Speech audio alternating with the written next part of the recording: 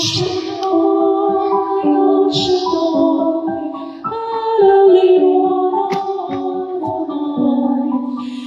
to age, all still the same.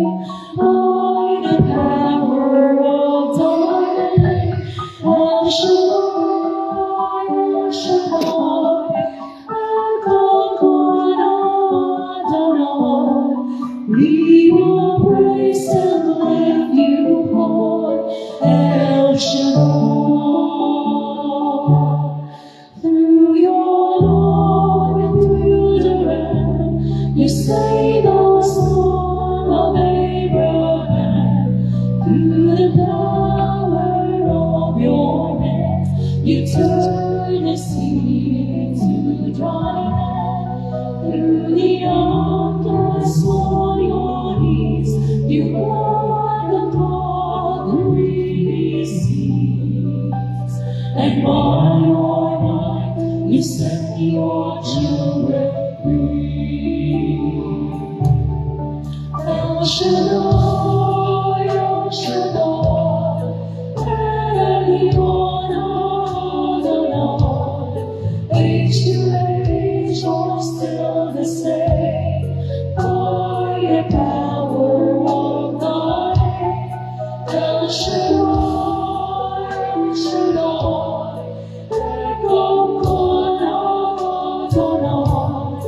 we will praise and lift you high, El Shaddai.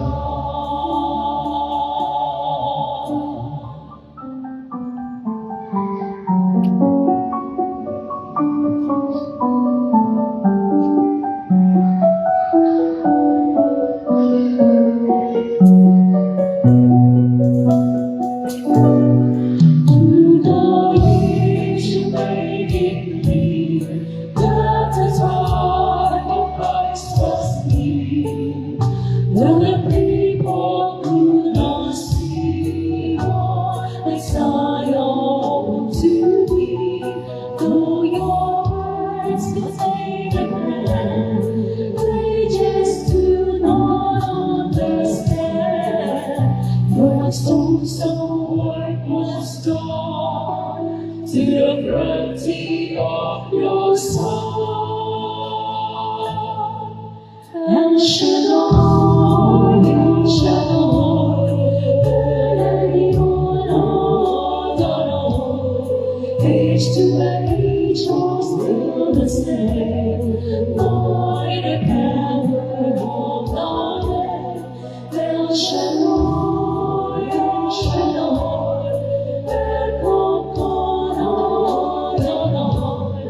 I will praise you till I die, El Shaddai, El Shaddai, El Shaddai, Elyon Adonai. Age to age, all still the same. By the power of the name, El Shaddai, El Shaddai.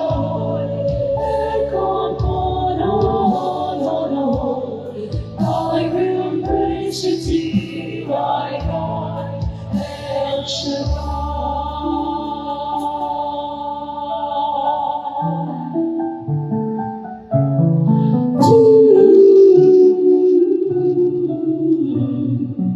I will praise you till I die. El Shaddai. Praise God. Hallelujah. We glorify your name. Hallelujah. Sa ngalan ng Ama, ng Anak, at ng Espiritu Santo. Amen. Panginoon, aming Diyos na pinakadakila, aming Diyos amang nasa langit, sa gabi po na ito, patuloy ka naming pinupuri at sinasamba. Patuloy pong nagagalak ang aming mga puso, sapagkat kami po ay inyong tinatawag upang makaawit at makatawag sa inyong pong banal na pangalan. O Diyos, aming Ama, kalakip din po ng aming pagpupuri ngayon ay ang aming pong buong pusong pasasalamat. Pasasalamat sa lahat ng pagpapala na pinaparanas niyo po sa buhay ng bawat isa. Maraming salamat po, Panginoon, sa pagpapala ng buhay at kalakasan. Maraming salamat po, Diyos, dahil Ikaw ang siyang nagpapagaling sa lahat ng klase ng karamdaman. Ikaw ang aming Ama na patuloy na gumagabay, kumakalinga, nag-iingat, hindi lamang po ng aming mga buhay, pati ng aming buong pamilya. Kaya naman, Yahweh, karapat-dapat lamang po na Ikaw ang Diyos na aming maitaas ngayon. Ikaw ang Diyos na aming mapasalamatan. At sa amin po ayong pananalangin, kami rin po ay nagpapakumbaba sa kabila ng aming mga pagkukulang, sa kabila ng aming mga kasalanan at kahinaan. Hindi po kami karapat-dapat sa inyong harapan. Ngunit dahil po sa inyong biyaya at habag, ginagawa niyo po kami ngayong karapat-dapat. Kaya naman, Panginoon, patuloy niyo po nawang pakalinisin ang aming mga puso. Mas turuan niyo pa po kami ngayong magpakumbaba, aminin ang aming mga kasalanan upang malaya pong tumaloy sa amin ang biyaya ng inyong pong kapatawaran. O Diyos, aming Ama, dalangin din po namin at naniniwala din po kami na wala kaming kayang gawin kung kami ay hiwalay sa iyo. Kaya naman, Lord, patuloy niyo pong i-bless ang buhay ng bawat isa mula ulo hanggang talampakan. Gabayan niyo po kami sa pamamagitan ng inyong mga salita, ng inyong pong mensahe, ng inyong pong pangungusap sa gabing ito. Ikaw ang Diyos na magsalita, ang Diyos na umatagpo at mag-usap sa aming mga puso. Ikaw ang Diyos na may alam lahat ng kakulangan at aming pangangailangan.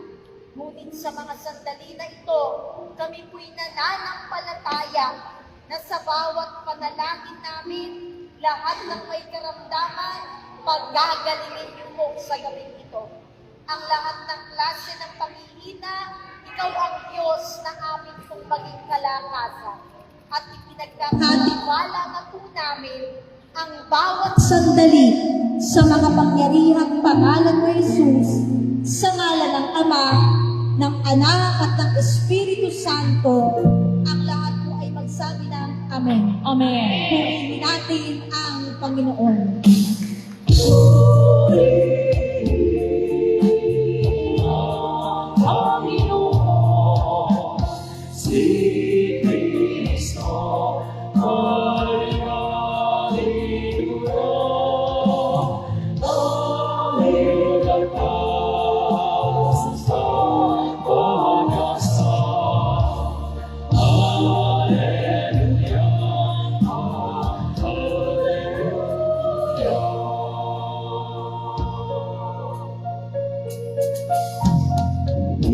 Ang Panginoon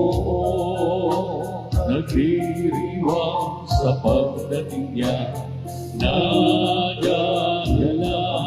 ang aking espiritu. Si Kristo ay ayuda, halina ay iwasan na, tayo ay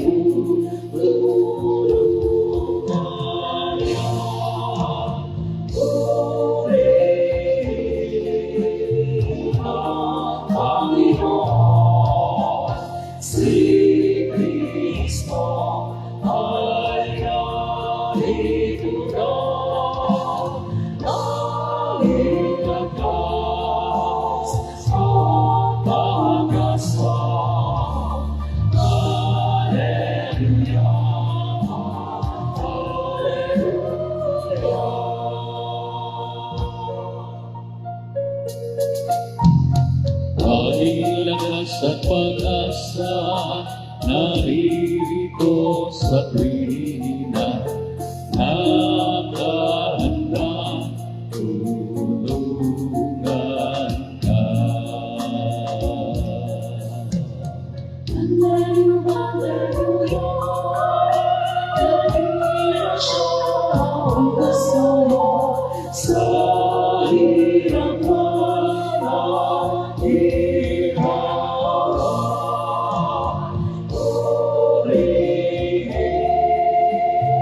ang Panginoon, si Kristo ay narito na.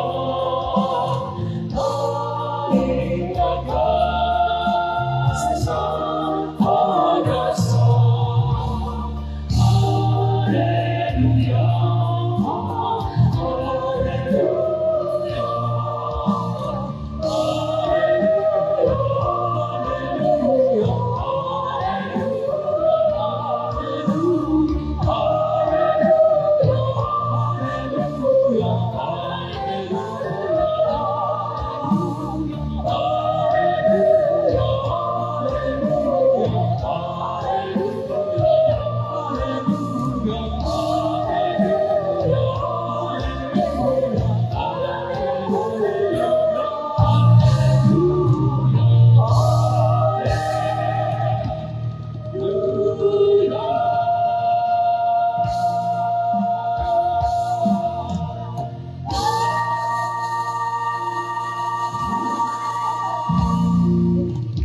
Ang malakas sa ating pong Diyos na buhay.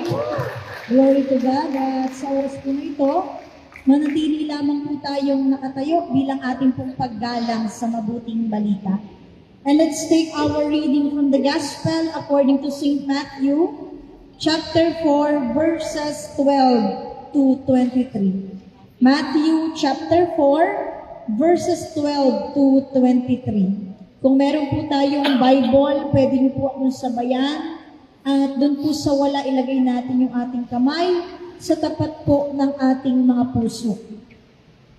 Matthew chapter 4, verses 12 to 23. Ito po ang sinasabi. Nabalitaan ni Jesus na ibinilanggo si Juan. Kaya't bumalik siya sa Galilea